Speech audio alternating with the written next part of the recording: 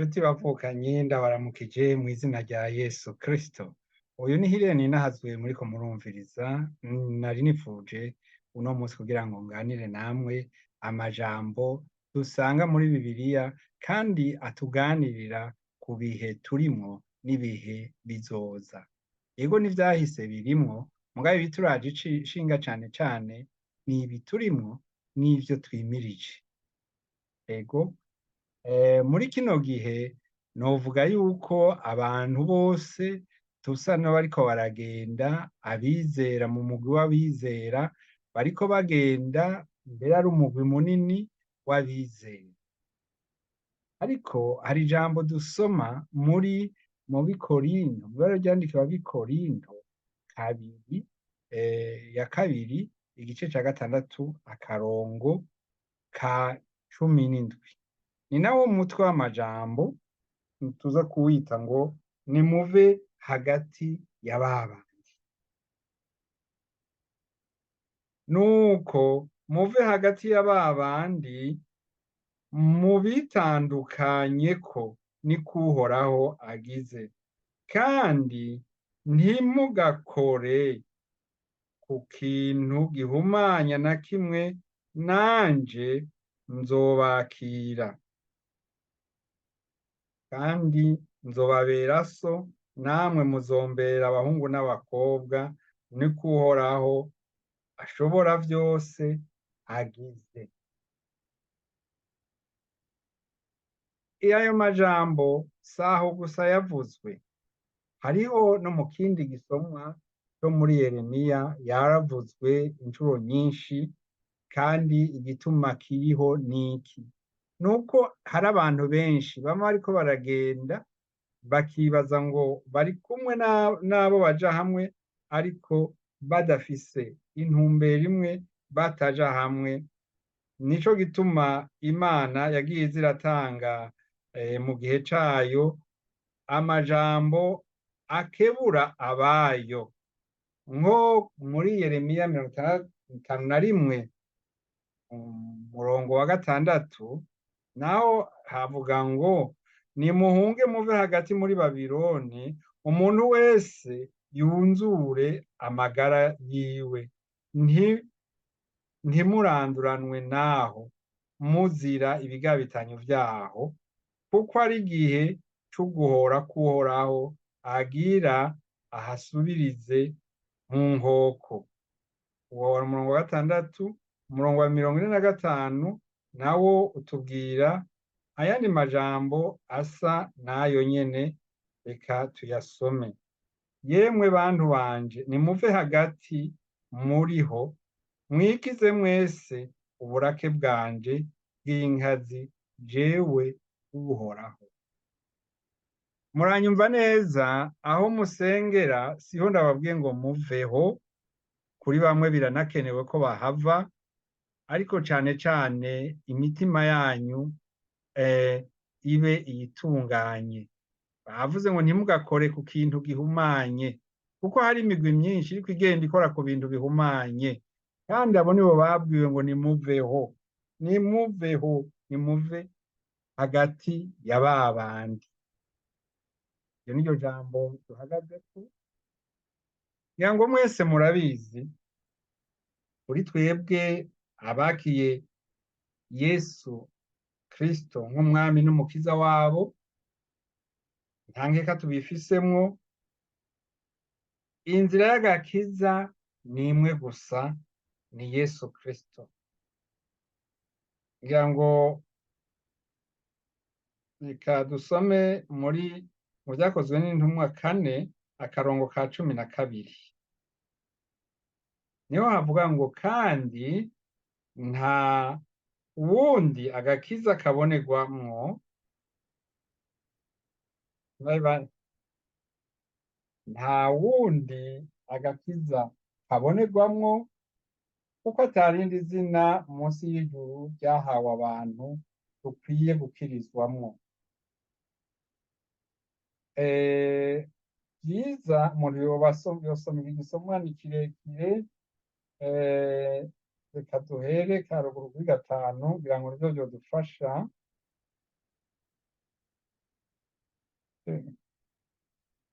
duhere kuri gatanu kugira ngo n'ivyo dufasha. Bukeye bwaho abashingantahe babo bo n'abakuru n'abanyabwenge b'ivyanditswe bakoranira i Yerusalemu na Anasi umuherezi mukuru, Kayafa na Yohana na Alexandero n'ab'umuryango bose w'abaherezi bakuru babashize hagati, barababaza bati ni ubushobozi ki canke ni izina ki vyabateye gukora ivyo? Nuko Petero yuzuye mpwemu yera arababarira ati yemwe bashingantahe b'abantu n'abakuru, uyu munsi ko ducunaguzwa ivyo twagiriye neza umuntu yanyogomba kandi n'icamukijije, nimumenye mwese n'ubwoko bwose bw'Abisirayeli yuko ari mu izina rya Yesu Kristo umunyenazareti, uwo mwebwe mwabamvye Imana ikamuzura mu bapfuye, ko ariho hatumye uyu muntu ahagarara imbere yanyu akomeye. Uwo ni we buye mwebwe abubatsi mwatituye, kandi ryahindutse irigumya imfuruka. Kandi nta wundi agakiza kabonerwamwo, kuko atarindi zina munsi y'ijuru ryahawe abantu dukwiye gukirizwamwo. Amina. Aya majambo n'amajambo akomeye, nta handi dukwiye gukirizwamwo. Ubu hari abantu bagenda ngo hari ibindi bintu bibakiza, mama amazi, mama amavuta, mama umunyu, umukozi w'Imana naka niwe bikunda, ataje nta kundi. Ariko mumenye iri jambo ritubwiwe ngo nta rindi zina twahawe dushobora gukirizwamwo atari rya Yesu Kristo. Ego muri mu vyakozwe n'intumwa Yohana 16, mu vyakozwe n'intumwa 16 turahasoma aya majambo 31, niho hatubwira aya majambo ngo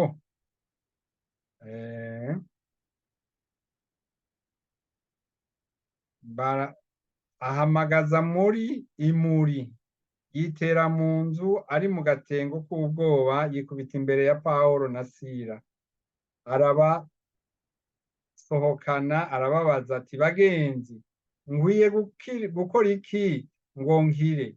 Baramwishura bati zera umwami Yesu urakira, mwe n'abo mu nzu yawe.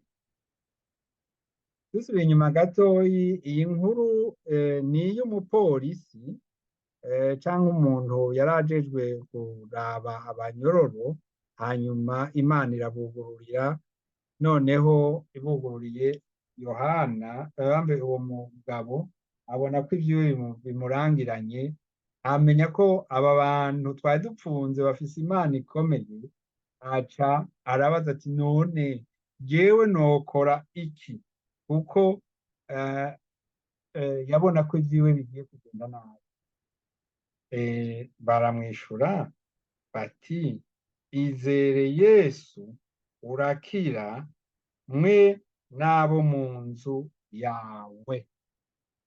Aya majambo umenga aroroshe, ego arakomeye cane.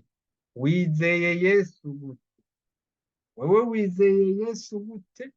Kuwo Yesu ari muri kirya kibanza ujamwo gusa, kwiyo Yesu ari kumwe n'abarya muri, kuwo Yesu ahagaze kurya gusa, wewe ntiwumva kuri mu ngorane? Ntiwumva kuri mu ngorane? Yesu, izere Yesu gusa urakira. Zera umwami Yesu urakira. Rero kubona ngo nta yindi nzira ahandi dushobora gukirizwamwo atari muri Yesu. Ubu aho turi duhagaze ishengero ririko riricamwo imice ibiri. Umuce wa mbere ni ishengero rinini, ishengero ry'amahanga yose ariko arahuriramwo. Iryo shengero rero ni mega, baryita mega church, ni ukuvuga amashengero manini manini, ariko hariho ubwiyunge, hariho henshi yamaze kuja hamwe kugira ngo bemerere ko ari kumwe muri uko kwizera kwabo. Ibyo tuzi tumaze kumva kandi hino nuko muri ayo mashengero manini manini hariho amashengero n'amatoyi hariho ishengero rito. Iryo shengero rito nta aderese niniya rifise, nta hantu ritora, ariko ririho kuko ishengero ni mu mutima, nubwo dusanzwe turi kumwe n'abandi. Umviriza, hariho ishengero rya Kristo, hakaba n'ishengero ry'isi yose rigiye kuzogaragarira benshi muri. Mu kanya gaheze twavuze ngo izera umwami Yesu urakira. Ariko ndavuga nti ishengero rigiye guhindura, canke hari ishengero rigiye guhindura intumbero. Mwaba mugira muti gute? Mu mashengero yose hariho urukundo, kandi n'ibwirizwa rya mbere, ukunda Imana wongere ukunde mugenzi wawe. Ariko ubu rero hagiye kuboneka ishengero rirangwa n'urukundo, rirangwa n'uburinganire bw'abantu ibitsina byose, ridakumira abafise imibereho iyi n'iriya, ritanga ukwidegemvya, kandi rihuje neza imigambi n'intumbero ya leta y'isi. Ku bisanzwe umwami Yesu yaravuze ngo ivy'Imana mubihe Imana, ivya Kayisari mubihe Kayisari. Kuvuga ivy'ubutegetsi mubihe ubutegetsi, ivy'Imana mubihe Imana. Ariko muri ino minsi ngira ngo ntimurabimenya neza, hariho intumbero canke integuro yuko ibihugu byose vyotwarwa hamwe, canke hoba uwutwara isi yose ahagaze hejuru y'abandi bategetsi bose. Nk'ubu mu bihugu turimwo dufise uwutuyobora, umuperezida canke umushanseliye canke umupremier ministre, umushikiranganji wa mbere, canke uburyo murazi ingene intwaro zitunganijwe. Ubu rero gushika uyu munsi umuperezida w'igihugu kanaka canke umwami w'igihugu kanaka niwe atanga amategeko, akavuga ati jewe ntanze uruhusha rw'ikonji, jewe mvuze yuko amashure yugara, mvuze yuko ivyo bigakorwa. Ariko mu minsi izoza hazoba ubundi butegetsi buhagaze kure y'ibihugu vyacu, ariko buzovuga buti twebwe dutegetse ko hariya haba iki n'iki.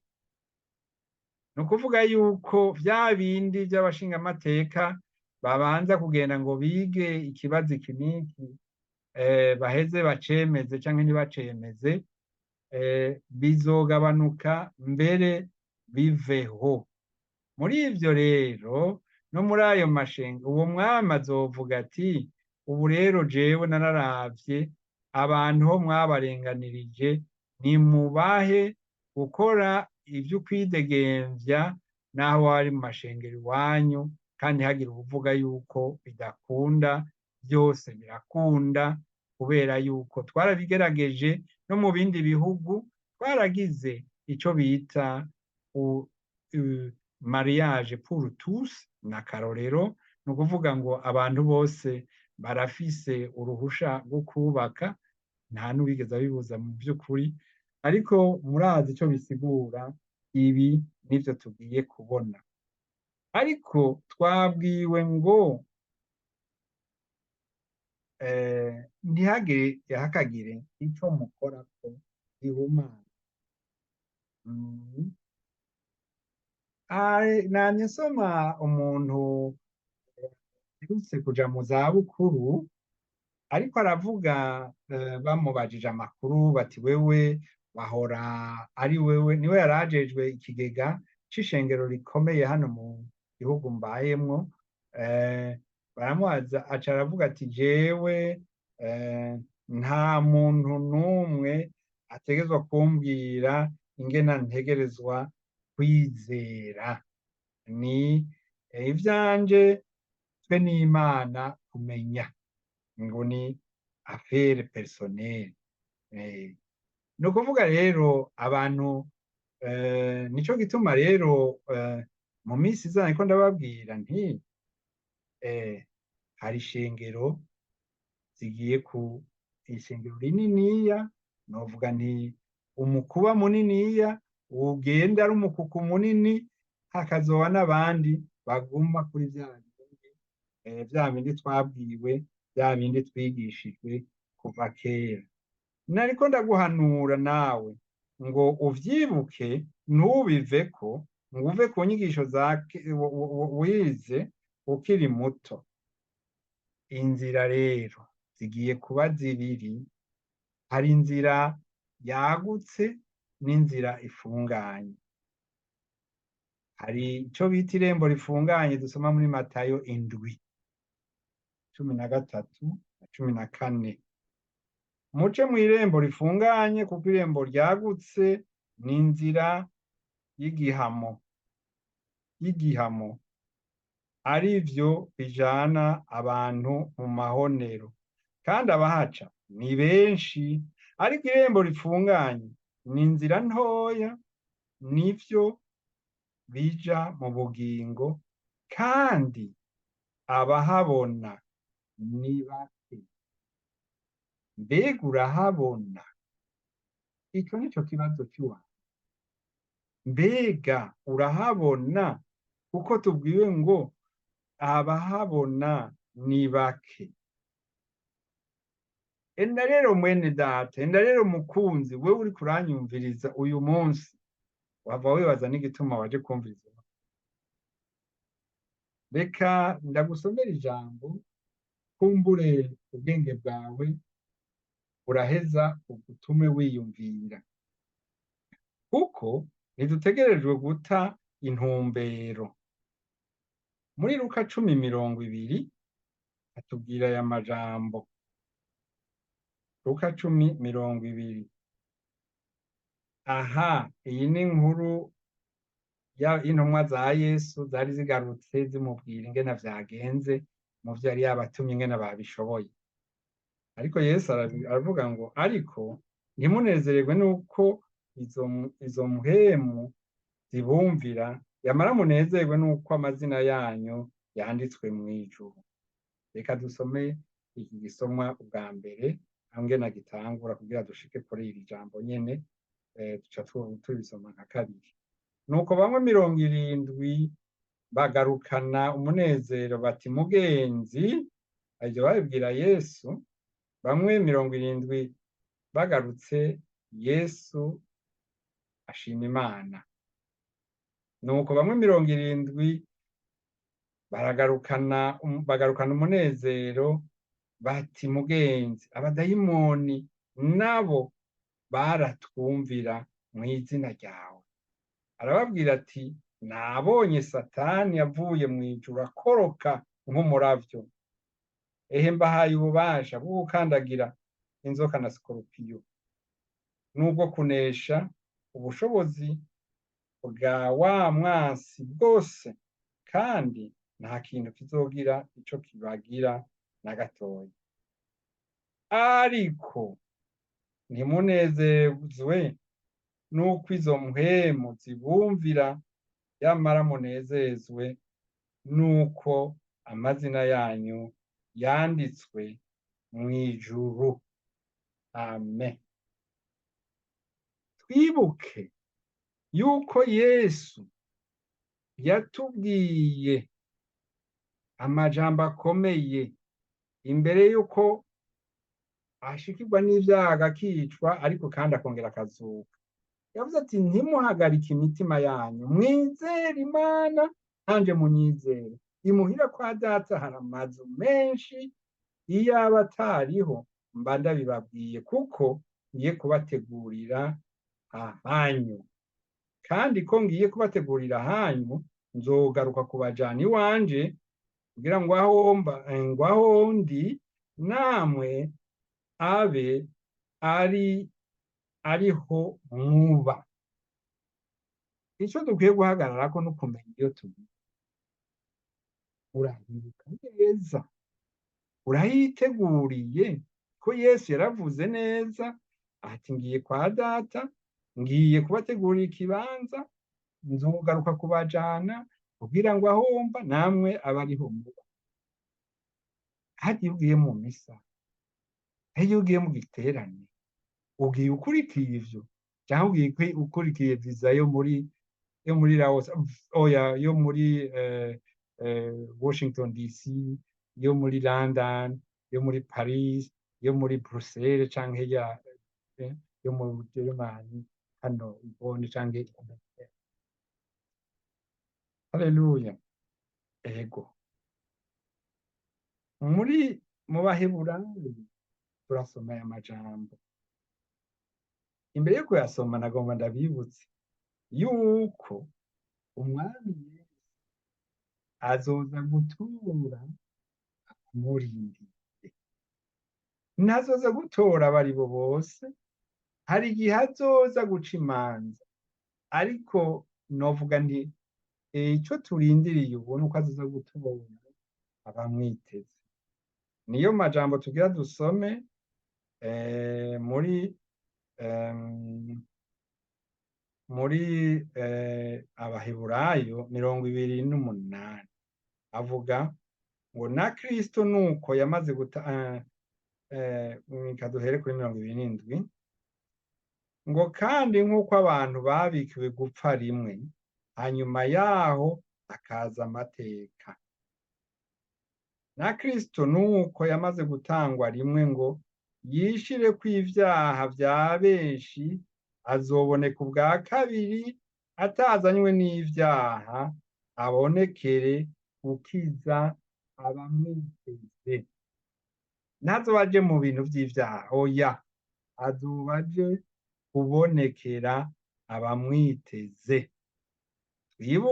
Twibutsanye yuko muri Daniyeli twarahasomye kenshi, abantu bakurikira ibi biganiro vyacu hano baramaze kuvyumva. Muri Daniyeli 12 umurongo wa 2 handitse ngo kandi benshi bo mu bazoba basinziriye mw'ivu hasi bazokwikangura, bamwe bikangurira ubugingo budashira, abandi bikangurire ubumaramare n'ibiteterwa bitazoshira. Hano bamenyesha yuko ibi bintu aba bantu bazokwikangura kubiri, aba bazokwikangurira ibimaramare n'ibiteterwa bitazoshira, bazokwikangura Yesu agarutse mu vy'imanza. Mwavyumvise mu Baheburayo ngene vyavuze. Mu Baheburayo havuzwe ngo, reka dusubire tuhasome, Heburayo aho tuhejeje gusoma 9:28, 9:28 niho hatubwiye ngo na Kristo nuko yamaze gutangwa rimwe ngo yishire ku ivyaha vya benshi, azoboneka ubwa kabiri atazanywe n'ivyaha, abonekere gukiza aba amwiteze. Ivyo rero nuko bimeze. Uramwiteze inshuti yanje, wewe uramwiteze? Iyo uri mw'ibarabara, kera nahora numva murambabarira, nigeze kumva umuntu atuka uyundi ngo urakagwa mw'ibarabara.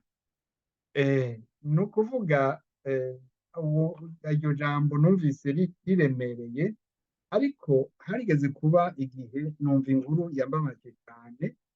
Umuntu yaravyutse mu gatondo afise umugambi wo kugwa ibikorwa, aca aragenda agwa mu nzira, basanze yapfiriye mu nzira.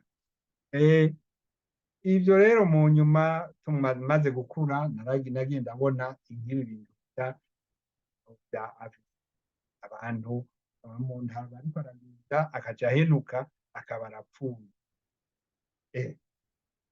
Ni ukuvuga nta bindi umuntu aba asigaje, nta kintu kibanza kindi umuntu azocamwo ngo bamanze bamwoze, oya. Umuntu ndavuga igihe Yesu azoza. None bene data banje, mwebwe mwakurikiranye kino kiganiro, ngaha nje kukuburira ngo uhitemwo inzira ifunganye, uhitemwo kwikurako ivyaha vyawe. Nivyo Yesu yapfiriye ivyaha vy'abantu bose, ariko wewe ico usabwa nuko waturisha akanwa kawe, kuko ijambo ryawe rihoraho rivuga, ijambo ry'Imana rivuga mu Baroma 10:9, kuko niwaturisha akanwa yuko Yesu ari umwami, ukizera mu mutima yuko Imana yamuzuye imukuye mu bapfuye, uzokizwa. Ndasubiramwo, kuko niwaturisha akanwa yuko Yesu ari umwami, ukizera mu mutima yuko Imana yamuzuye imukuye mu bapfuye, uzokizwa. Ego tuvuganye amajambo menshi kandi aya si make, ariko reka duheraheze ijambo riri muri 16, Mariko 16, naho hatubwira ngo uwizera akabatizwa azokizwa, ariko utizera azotsindwa n'urubanza. Uwizera akabatizwa azokizwa, ariko utizera amaze gutsindwa n'urubanza. Ururirimbo hariho ijambo twamenyereye bose, twarifashe nk'ururirimbo, ariko si ururirimbo gusa, ni ijambo ridutabara rikatugobotora, ni kumenya urwo rukundo rw'Imana yadukunze, kuvuga ngo kuko urukundo Imana yakunze abari mw'isi arirwo rwatumye itanga umwana wayo w'ikinege, ngo umwizera wese ntaze apfe rubi, ariko ahabwe ubugingo budashira. Yesu aguhezagire. Reka dusenge. Mana uhoraho, Mana y'icubahiro, turagushimiye kuri aya majambo uduhaye kugira ngo turemeshe kandi twakure bene data, tubabwire inzira bakwiye gucamo.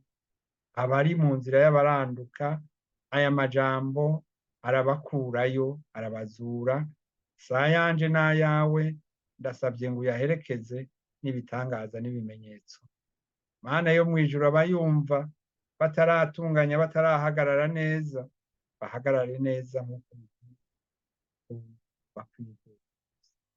Mana yo mw'ijuru, kugira ngo baje muri ca gitigiri ca ba bandi wewe Mwami Yesu uzoza ari buje gutabara. None ndagushimiye mw'izina ry'Umwami wacu Yesu Kristo, nsavye ngo uhezagire uwo wese yumvirije. Mana yo mw'ijuru, uzobukoze. Ni mw'izina ry'Umwami Yesu nyene dusavye, amen.